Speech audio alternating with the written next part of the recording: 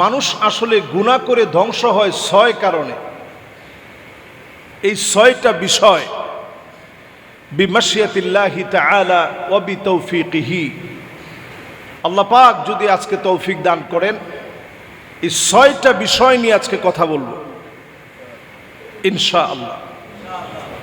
১ নম্বরে মানুষ গুনাহ করে, অন্যায় করে, এইটা মনে করে ইয়াযনাবুনা বিরাজাইত তাওবাহ, অধিকাংশ লোক গুনাহ করে এটা মনে করে যে একটু পরেই তওবা করবে, আল্লাহ মাফ করে দিবে। যত লোক গুনাহ করে গুনাহ করার পরেই মনে হয় অথবা সাথে সাথেই মনে হয়, গুনাহ করার সময় নিয়তি করে যে এখন গুনাহ করতেছে আল্লাহ তো মাফ করে দিবে। এইটা মনে করা একটা গুনাহ, যে এখন গুনাহ করব, তাওবা করব, আল্লাহ মাফ করে দিবে, এটা মনে করা আরেকটা গুনাহ। হাসান বসরি রাহিমাহুল্লাহ বড় চমৎকার কথা বললেন যে ইয়াযনাবুনা বিরাজাইত তাওবাহ, ১ নম্বরে মানুষ গুনাহ করে এইটা মনে করে যে গুনাহ করব, একটু পরে তাওবা করব, আল্লাহ মাফ করে দিবে। আপনার অতীতের সকল গুনাহের জন্য আপনি তাওবা করবেন, বর্তমান আর ভবিষ্যতের গুনার জন্য আপনি আল্লাহকে ভয় করবেন, প্রতিনিয়ত আপনি ইস্তেগফার করবেন। নবী সাল্লাল্লাহু আলাইহি সাল্লাম প্রতিদিন তিনি ইস্তেগফার করতেন। যে নবীজির জীবনে কোনো গুনাহ নেই তিনি প্রতিদিন আল্লাহর কাছে তাওবা করতেন। কুল্লু বানি আদম খাত্তা ওয়া খায়রুল খাত্তাইনা তাওয়াবুন, সব বনি আদম গুনাহ করে ফেলে, অন্যায় করে ফেলে, অপরাধ করে ফেলে, মানুষ হিসাবে গুনাহ করে ফেলি, অন্যায় করে ফেলি, অবিচার করে ফেলি। যখনই আপনি মালিকের কাছে মাফ চাবেন, আপনার গুনাহগুলা যিনি মাফ করে দিবেন তিনি কে? এই নিয়তে গুনাহ করা যাবে না যে গুনাহ করতেছি, একটু পরে তওবা করব, আল্লাহ তো মাফ করবেই। এই নিয়তের বাহিরেও কত গুনাহ আপনার হয়ে যাবে, সব আল্লাহ মাফ করবেন। আল্লাহ রাব্বুল আলামিন ইন্নাল্লাহা ইয়াবসুতু ইয়াদাহু বিল্লাইল লিয়াতুবা মুসিউন নাহার, দিনের বেলায় গুনাহ করে ফেলেছেন, আল্লাহ পাক রাত্রি বেলায় আপনাকে ডাকবে, আদর করে বলবে আয় আয় গোলাম আমার দিকে ফিরে আয়। দিনের বেলায় গুনাহ হয়ে গেছে, দুনিয়ার কেউ দেখে নাই, কেউ বোঝে নাই, রাত্রি বেলায় আমি আল্লাহর কাছে ফিরে আসো। দিনের বেলায় গুনাহ করে ফেলেছিলে, অন্যায় করে ফেলেছিলাম, অবিচার করে ফেলেছিলাম, রাত্রি বেলায় মাফ চেয়ে নাও। চাইতে দেরি হবে, যিনি মাফ করতে দেরি করবেন না তিনি কে? ওয়া ইন্নাল্লাহা ইয়াবসুতু ইয়াদাহু বিন-নাহার লিয়াতুবা মুসিউল লাইল, আবার রাতের অন্ধকারে দরজা বন্ধ করে গুনাহ করে ফেলেছেন, আল্লাহ পাক ডেকে ডেকে আপনাকে মাফ করে দিবেন। গোলাম অনেক গুনাহ করে ফেলেছ, অন্যায় করে ফেলেছ, অবিচার করে ফেলেছ, রাতের অন্ধকারে দুনিয়ার কেউ দেখে নাই, গুনাহ করে ফেলেছিলাম, আল্লাহর কাছে মাফ চেয়ে নে। রাতের গুনাহগুলার জন্যে দিনের বেলায় অনুতপ্ত হয়ে অনুশোচনায় পড়ে যদি মাফ চেয়ে নেন, যিনি গুনাহগুলা মাফ করে দিবেন তিনি কে? কিন্তু এটা নিয়ত করে গুনাহ করা যাবে না যে গুনাহ করতেছি আল্লাহ তো মাফ করবে।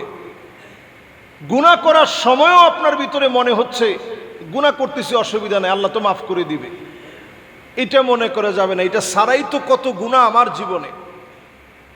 একটু চিন্তা করেন, এই প্রযুক্তির এই সময় সারা দুনিয়াকে যখন লিড দিচ্ছে এআই, আর্টিফিশিয়াল ইন্টেলিজেন্স যখন গোটা দুনিয়াকে লিড দিচ্ছে, চ্যাট জিপিটি যখন গোটা পৃথিবীর দুয়ার কেমন যেন উন্মোচিত করে দিয়েছে, সারা দুনিয়াতে কিছুদিনের মধ্যে আপনারা শুনবেন কোটি কোটি মানুষ চাকরিচ্যুত হবে শুধু এআই, এই প্রযুক্তির কারণে। এখন আর কোনো কিছুর জন্য কারো কাছে যাওয়া লাগে না, ঘরে বসেই এআই, এই প্রযুক্তির মধ্য দিয়ে, আর্টিফিশিয়াল ইন্টেলিজেন্সের মধ্য দিয়ে যে কোনো বিষয় মুহূর্তের ভিতরে সমাধানযোগ্য। তো বহু মানুষ চাকরিচ্যুত হয়ে যাবে, বহু মানুষ বিভ্রান্ত হয়ে যাবে, তথ্যের বিভ্রাটে মানুষ হারিয়ে পড়বে, নিজেদেরকে অতি জ্ঞানী মনে করে মানুষ ধ্বংস হয়ে যাবে। কিন্তু এটা ব্যবহার থেকে আমি দূরে থাকতে বলতেছি না, ব্যবহার করেন, কিন্তু ব্যবহার বিধি জেনে শুনে করতে হবে। আমি সেই দিন এর কাছে প্রশ্ন করলাম, পৃথিবীর সবচেয়ে পুরাতন ধর্ম কোনটা? তো এআই প্রথম বলল যে হিন্দু ধর্ম হচ্ছে পৃথিবীর সবচেয়ে সনাতন এবং পুরাতন ধর্ম। তো আমি এবার প্রশ্ন করলাম, তাহলে এই হিন্দু ধর্মের বয়স কত হবে? তো এআই জবাব দিল ৩,৫০০ থেকে ৪,০০০ বৎসর পুরানো হচ্ছে এই হিন্দু ধর্ম। আমি আবার প্রশ্ন করলাম, এই পৃথিবীতে সর্বপ্রথম মূর্তি পূজা চালু হয়েছে কখন? এআই জবাব দিয়েছে নূহ আলাইহিস সালামের জামানায়। আমি প্রশ্ন করলাম কত বছর আগে? বলছে আজকে থেকে ৬৫০ থেকে ৭,০০০ বছর পূর্বে ঘটনা। তো আমি বললাম এই ৬৫০-৭,০০০ বছর আগে, সেই সময় নূহ আলাইহিস সালাম কোন ধর্মের ছিলেন? এআই জবাব দিয়েছে তিনিও ইসলামেরই একজন নবী হিসাবে তিনি ছিলেন। তার মানে সবচেয়ে পুরানো ধর্ম কোনটা? আবার যখন আমি প্রশ্ন করলাম যদি এটাই হয় তাহলে সবচেয়ে পুরানো ধর্ম কোন ধর্মের নাম? ইসলাম। এখন সেও বলতেছে এই দৃষ্টিকোণ থেকে সবচেয়ে পুরাতন ধর্মের নাম হচ্ছে ইসলাম। এজন্য যখন আপনি তথ্যগুলা নিবেন, এই তথ্য নেওয়ার ক্ষেত্রে সজাগ হতে হবে। প্রিয় ভাইয়েরা আমার, প্রযুক্তি নির্ভর এই সময় গুনাহের প্রতি মানুষ আসক্ত হওয়া খুব সহজ। আজকে থেকে ২০-৩০ বছর আগে গুনাহ করা যতটা সহজ না ছিল, এখন গুনাহ করা তার চেয়ে অনেক অনেক অনেক গুণ সহজ। ইচ্ছে করলেই সব গুনাহ আপনি করতে পারবেন। এজন্য হাসান বসরি রাহিমাহুল্লাহ তিনি বড় চমৎকার করে বলেন, গুনাহ করার আগে এটা আগে চিন্তা করবেন যে আল্লাহ আমি আপনার খেয়ে আপনার পরে কেমনে গুনাহ করি। ২ নম্বরে হাসান বসরি বলেন ওয়ায়াতাআল্লামুনাল ইলমা ওয়ালা ইয়ামালুনা বিহি, জ্ঞান শিখবে, জ্ঞানী হবে, জ্ঞান অনুযায়ী আমল করবে না, জ্ঞান অনুযায়ী আমল থাকবে না। এই সময়টাতে মিলায় দেখেন, জ্ঞান আছে অনেকের, হাতে হাতে মোবাইল আছে, চাইলে হাদিস পড়তে পারেন। এই এক একটা হাদিস নেওয়ার জন্য ইমাম বুখারী আলাইহির রহমা দিনের পর দিন সফর করেছেন, ক্ষুধা পেটে কষ্ট করে দৌড়িয়েছেন। এমন সময় গিয়েছে রক্ত পেশাব হয়ে গেছে, দিনের পর দিন সফর করে হাদিসগুলো সংগ্রহ করলেন। এ হাদিস এখন শেখা বড় সহজ, নিজে পড়ে পড়ে দেখা বড় সহজ, কিন্তু সেই জামানা থেকে এই জামানা পর্যন্ত মিলায় দেখেন, সেই সময়ের মানুষ যা শুনতো তা মানত, সেই সময়ের মানুষের চরিত্র ছিল সামিআনা ওয়া আতানা, শুনলাম আর মেনে নিলাম। এখনকার মানুষের চরিত্র হলো শুনলাম বুঝলাম উঠে গেলাম, শুনলাম বুঝলাম, যাওয়ার সময় আমরা আমল নিয়ে যেতে পারি না। ওয়ায়াতাআল্লামুনাল ইলমা ওয়া লাম ইয়া'মালু বিহি, শিখবে অনেক আমল করবে না। যারা অনেক শিখবে আমল করবে না, গুনাহের সাগরে আপনি ডুবে আছেন। নবীজির একটা হাদিস শুনলেন, সুন্নাহর একটা আমল শুনলেন, এই একটা আমল নিয়ে যদি নিজের জীবনকে সাজাতে পারেন, হতে পারে এই জন্য যিনি আমাকে আপনাকে মাফ করে দিবেন তিনি কে? একটা সূরা শিখলেন, বয়স ধরেন আপনার জীবনের 70-72 বছর বয়স হয়ে গেছে, কিন্তু আজকের এই আলোচনার পরে আপনি নিয়ত করছেন যে সূরা ফাতিহাটা আমাদের এই মসজিদের ইমাম, মুয়াজ্জিন অথবা আমাদের খাদেমরাও আলহামদুলিল্লাহ হাফেজে কোরআন আছে 2 জন। তো কোরআনুল কারীমের একটা সূরা হলেও আমি মশক করব, সহিভাবে শিখব। এটা সূরা ফাতিহাই হোক, যদি নিয়ত করে সূরা ফাতিহাটা শুদ্ধ করে পড়েন, এই একটা সূরা এর কারণে যিনি আপনার জীবনের গুনাহ মাফ করে দিতে পারেন তিনি কে? আল্লাহর নবীর কাছে একজন বৃদ্ধ সাহাবী আসছে। বয়স কেমন হবে? 85 থেকে 90 বছর ওনার বয়স। তাহলে বয়সটা কম না বেশি? আমাদের এখানেও যারা আসছেন অনেকের বয়স 85-90 এর কোঠায় আছে, এরকম খুবই কম, তারপরও আসেন। নবীজির কাছে আসছেন এই বয়সে, এসে বলতেছেন ইয়া রাসূলুল্লাহ আকরিনি মিনাল কোরআন, আপনি কোরআন থেকে কিছু একটা আমাকে পড়ান। তো নবীজি যেহেতু বৃদ্ধ মানুষ দেখছেন, নবীজি ওনার ধৈর্য কেমন এটা একটু আন্দাজ করতে চাইলেন। নবীজি বললেন পড়ো। আলিফ লাম রা।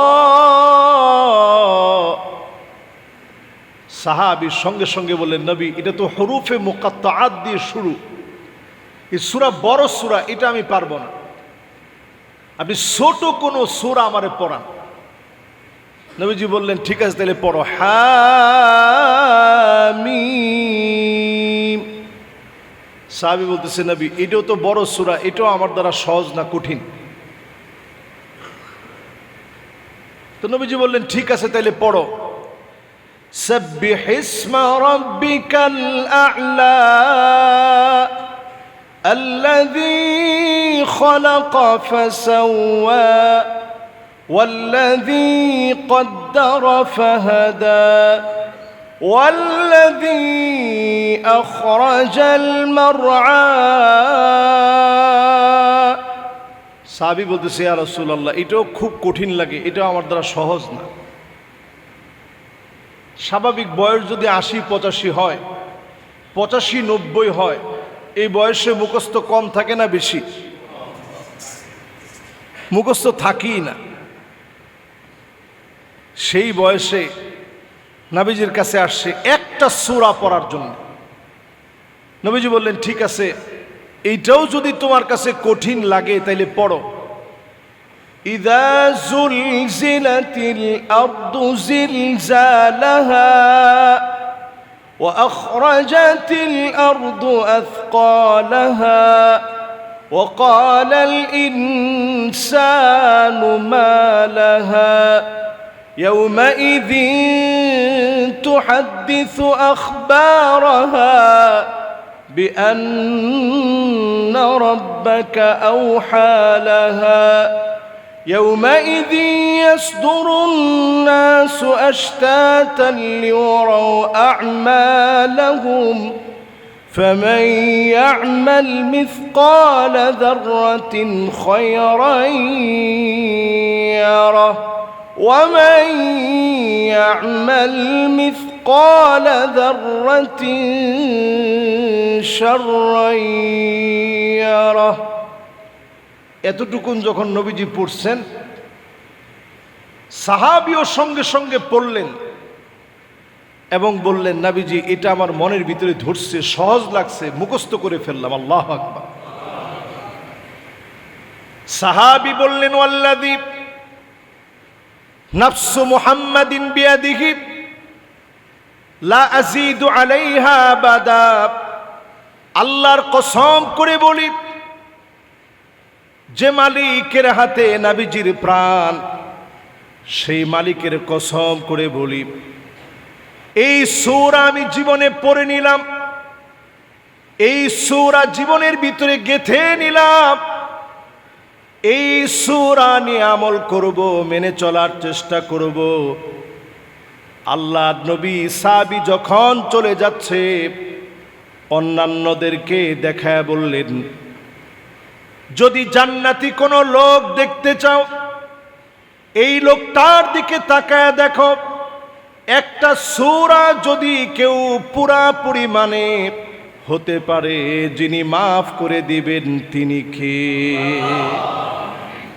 একটা সূরার কারণে আল্লাহ তাআলা জীবন পরিবর্তন করে দিলেন।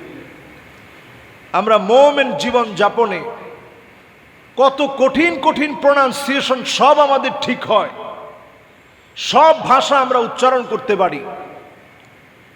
বাংলা ভাষায় কত রকম বর্ণমালা আছে, সব পারি, কিন্তু বড় কপাল পোড়া আমরা মুসলমান। আমরা কোরআনুল কারীমের সূরা ফাতিহা পর্যন্ত শুদ্ধ করে পড়তে পারি না। বাংলাদেশের মতো এরকম বৃহত্তর মুসলিম দেশ হিসাবে দ্বিতীয় অথবা তৃতীয় বৃহত্তর মুসলিম দেশের জনগণ আমরা, বড় আফসোস আর পরিতাপের বিষয়, অধিকাংশ মানুষ আমরা সূরা ফাতিহাটা পর্যন্ত শুদ্ধ করে পড়তে পারি না। কথাটা সত্য না মিথ্যা? তাহলে শুদ্ধ করার জরুরত আছে না নাই? এই একটা সূরাও যদি আপনি পড়েন পড়ার মতো করে, আর যদি পড়ার সময় একটু মালিকের কল্পনা নিজের ভিতরে আনতে পারেন, যে আল্লাহ আমারে দেখতেছে, আনতা আবুদাল্লাহ কাআন্নাকা তারাহু ফাইন লাম তাকুন তারাহু ফাইন্নাহু ইয়ারাক। এমন ভাবে আপনি ইবাদত করবেন কেমন যেন মালিককে আপনি দেখতেছেন। আল্লাহকে যেহেতু দেখা যায় না, আপনি মনের ভিতরে এই কথা বসায় নেন, আমার মালিক প্রতিনিয়ত আমাকে দেখতেছে। যদি মন থেকে নামাজের ভিতরে দাঁড়ায় যান, আপনার গুনাহগুলা যিনি মাফ করে দিবেন তিনি কে? সূরা ফাতিহা পড়বেন আর চিন্তা করবেন সরাসরি আল্লাহ পাকের সঙ্গে আপনার কথা হচ্ছে, এটা মনে করে সূরা ফাতিহা পড়বেন, যে প্রত্যেক আয়াতে আয়াতে মালিক জবাব দিচ্ছে। যখন এই সূরা ফাতিহার এক একটা আয়াত পড়তেছেন, স্বয়ং আল্লাহ রাব্বুল আলামিন জবাব দিচ্ছে। যদি এইটা মনে করে পড়তে পারেন, আপনি দেখবেন নামাজের ভিতরে একটা স্বাদ আপনার হৃদয়ে আসছে, খুশু খুদুয়ের সাথে নামাজ পড়তে পারবেন। এই নামাজে যখনই দাঁড়াবেন, আপনার মন শান্ত হবে, আপনার প্রশান্তি বাড়বে, আপনার হৃদয়ের ভিতরে একটা সাকিনা নাজিল হবে। একদিকে নামাজ শেষ হবে, অন্যদিকে দুশ্চিন্তা দূর হয়ে যাবে। বলেন আল্লাহু আকবার। তাইলে আমাদের গুনাহের ভিতরে আমরা ডুবে থাকি 6টা কারণে। 1 নাম্বার কারণ, এটা নিয়ত করে গুনাহ করি যে একটু পরে তওবা করব। 2 নাম্বার কারণ, আমরা জানি ঠিক আমল করি না। 3 নাম্বার কারণ, ওয়ায়ামালুনা ওয়ালা ইখলাসা ফীহ। ঠিকই আমরা অনেকে আমল করি, কিন্তু আমলের ভিতরে ইখলাস থাকে না। জোরে বলেন, কি থাকে না? অনেকে দেখবেন প্রথম কাতারে দাঁড়ায় নামাজ পড়তেছে, নামাজের সঙ্গে তার একটা সম্পর্ক আছে কিছুদিনের জন্য, ওই দিনগুলো শেষ, আবার যেই সেই হয়ে গেছে। অনেকে দেখবেন হাতের ভিতরে তসবিহ একটা সব সময় থাকে, উদ্দেশ্য তো আল্লাহ তাআলা ভালো জানে। আপনি হাতের ভিতরে তাসবি রাখলেন, যদি মানুষ আপনার খুব বুজুর্গ মনে করে, এইটা মনে করে যদি তসবি রাখেন, তাহলে আপনি ধরেন প্রতিদিন 1,00,000 বারও যদি সুবহানাল্লাহ পড়েন, লাভ হবে? সবাই তো বলেন না লাভ হবে। অনেকের কাছে মনে হইতেছে হুজুর এরকম পড়লেও কিছু লাভ হবে না। লোক দেখানো কোনো কাজ যদি আপনি করেন, এটার নাম রিয়া, এটা কাইন্ড অফ শিরক। রিয়া হচ্ছে শিরকের একটা প্রকার। যখনই আপনি শিরক করবেন, লোক দেখানো কাজ করবেন, মানুষ দেখলো আপনি অনেক ইবাদত গুজার, অনেক বুজুর্গ, অনেক আল্লাহওয়ালা, ভিতরটা জানেন কে? শুধু আল্লাহ তাআলা জানেন। রিয়া করা যাবে না। হাসান বসরি বড় চমৎকার করে বললেন, লা খিলাসা ইল্লা বিল ইখলাস। ইখলাস বিহীন যদি আপনি আমল করেন, কোন আমল আল্লাহর কাছে কবুল হবে না। আপনি অল্প আমল করবেন, আখলিস দীনাক ইয়াকফিকাল আমালুল কলিল। অল্প আমল করবেন, ইখলাসের সাথে যদি অল্প আমল করেন, নাজাতের জন্য যিনি যথেষ্ট বানায় দিবেন তিনি কে? আমল যত অল্পই হোক, লোক দেখানোর জন্য না। হানজালা রাদিয়াল্লাহু তাআলা আনহু নবীর পরিচিত একজন সাহাবীর নাম। নবী করিম সাল্লাল্লাহু আলাইহি ওয়াসাল্লামের পরিচিত এক সাহাবীর নাম হানজালা। লোক দেখানোকে কি পরিমাণ ভয় পাইতেন একটু চিন্তা করেন। চিৎকার করে তিনি বলতেছেন, না ফাকা হানজালা, হানজালা মুনাফিক হয়ে গেছে। আবু বকর রাদিয়াল্লাহু তাআলা আনহু দৌড়ে গেলেন, হানজালার মতো সাহাবী কেমন করে মুনাফিক হয়ে গেল? হানজালা বলতেছে, ও আবু বকর, যখনই নবীজির সামনে থাকি অবস্থা একরকম থাকে, ওয়াজ নসিহত শুনলে অবস্থা একরকম থাকে, নবীজির কাছ থেকে চলে আসলে মনটা ঘুরে যায়, অবস্থা পরিবর্তন হয়ে যায়। এই যে আমার মনের দুইটা অবস্থা, আমার মনে হয় আমি হানজালা মুনাফিক হয়ে গেলাম। আল্লাহর নবীর কাছে আবু বকর সহ হাজির হয়ে গেছে, ডাক দিয়ে বলতেছে, না ফাকা হানজালা, ওগো নবীজি আমি মুনাফিক হয়ে গেলাম। আল্লাহর নবী বড় মায়া করে বললেন, ইয়া সুবহানাল্লাহ, ও হানজালা, তোমার মতো সাহাবী কেন মুনাফিক হবে? তোমার মতো সাহাবী কেন মুনাফিক হয়ে যাবে? তোমার মতো সাহাবী মুনাফিক হতে পারে না। কোন কারণে নিজেরে মুনাফিক মনে করতেছ? হানজালা বলে, ও নবীজি, যখনই আমি আপনার সামনে বসে ওয়াজ শোনার অবস্থায় থাকি, আমার কাছে মনে হয় ঈমানটা তাজা হয়ে যাচ্ছে। আবার যখন এখান থেকে চলে যাই, আমার মনে হয় ঈমানটা দুর্বল হয়ে গেছে। এই যে আমার মনের দুইটা অবস্থা, এই জন্য আমি মনে করতেছি আমি মুনাফিক হয়ে গেছি। আল্লাহ নবী বলেন, না রে হানজালা, সাআতাও ওয়া সাআ, সারাদিন তো আর নসিহত শোনা যাবে না। দিনের সামান্য সময় দুনিয়ার কাজ করার পরে সামান্য সময় হলেও আখিরাতের জন্য ব্যয় করেন। ঘন্টাখানিক সময় আপনি দুনিয়ার জন্য দিলেন, কয়েক সেকেন্ডের ভিতরে চিন্তা করে, সেকেন্ড সময় লাগবে না, ন্যানো সেকেন্ডের ভিতরে আপনি পড়ে ফেলেন সুবহানাল্লাহ, লা ইলাহা ইল্লাল্লাহ, আস্তাগফিরুল্লাহ, লা হাওলা ওয়ালা কুওয়াতা ইল্লা বিল্লাহ। যদি পড়তে পারেন, খুবই স্বল্প অল্প সামান্য সময় নিয়ে একটু তাসবিহ আপনি পড়লেন, ন্যানো সেকেন্ড সময় লাগলো, 1 ঘন্টা দিচ্ছেন দুনিয়ার জন্য, সামান্য সময় দেন আখিরাতের জন্য। নবীজি বলতেছেন সারা দিন যদি তুমি শুধু দিনের কাজ নিয়ে থাকতা, লা সাফাহাতকুমুল মালাইকা আলা ফিরাশিকুম ওয়া আলা তুরুকিকুম, বিছানার ভিতরে ফেরেশতা হাজির হয়ে যেত, হাত বাড়ায়া দিত, ওগো আল্লাহর গোলাম হাত বাড়ায়া দেন, আপনার সঙ্গে একটু মুসাফা করি। রাস্তার ভিতরে ফেরেশতা এসে মুসাফা করত। সারাদিন তো দিনের কথা নিয়ে থাকা যায় না, দুনিয়ার পাশাপাশি যদি মাঝে মাঝে সময় নিয়ে খানিকটা সময় যদি আল্লাহর জন্য ব্যয় করেন, আপনাকে যিনি দামি বানায়া দিবেন তিনি কে? তৃতীয় নম্বরের পরে চতুর্থ নম্বরে লা ইয়ারদাউনা বিকিসমাতিল্লাহ, মানুষ গুনাহের ভিতরে ডুবে থাকে এই কারণে আল্লাহ পাকের বন্টনে সে খুশি হয় না। আল্লাহ পাকের বন্টনে খুশি হয় না।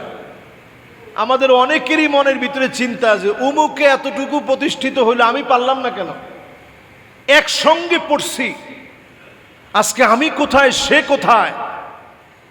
তার বাড়ি আছে আমার বাড়ি নাই কেন? সে বাড়িওয়ালা আমি ভাড়াটিয়া কেন? আল্লাহর বন্টনে আপনি খুশি হইতে পারেন নাই। আল্লাহর বন্টনে যদি কেউ খুশি না হয়, প্রতিনিয়ত এই লোকটা আফসোসের ভিতরে থাকবে, গুনার ভিতরে লিপ্ত থাকবে। আল্লাহ যতটুকুন আপনার দিছে আপনি খুশি থাকেন, যিনি বাড়ায়া দিবেন তিনি কে?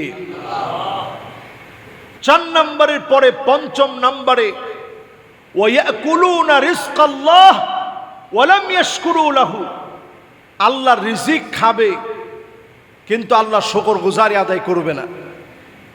আমরা অধিকাংশ মানুষ এখনো বিসমিল্লাহ বললেও খাওয়ার পরে একটু যে আলহামদুলিল্লাহ বলতে হয়, এইটা অধিকাংশ লোক আমরা বলি না। খাওয়ার শুরুতে বিসমিল্লাহ বলি, কারোবারে দিয়ে দাওয়াত খেতে গেলে তখন আলহামদুলিল্লাহ বলি, যেটা তো আল্লাহ মাগনা খাওয়াইছে, ঠিক আছে। আপনি যেই হালতে থাকেন, নিজের ঘরে 2টা ডাল ভাত খাইছেন, একটু খাওয়ার পরে বলেন আলহামদুলিল্লাহ, আল্লাহ কত কিছু খাওয়াইলেন। আর যদি পারেন আরেকটু বাংলাই বলেন, আল্লাহ এই খানা আমি খাওয়ার যোগ্য ছিলাম না, আল্লাহ আপনি আমারে খাওয়াইছেন। আমার কোনো শক্তির কারণে, সামর্থ্যের কারণে, বল আছে বলে, টাকা আছে বলে আমি খেতে পারছি এমন না, আল্লাহ আপনি খাওয়াইছেন। যদি এই কথা বলেন, আল্লাহ ফেরেশতাদেরকে ডেকে বলবে যাও আমি তারে মাফ করে দিলাম। সুবহানাল্লাহ। এটা আমার মতো একজন আলেমের কথা না, রাসূলুল্লাহ সাল্লাল্লাহু আলাইহি সাল্লাম হাদিসের ভিতরে এই দোয়া শিখিয়ে দিয়েছেন।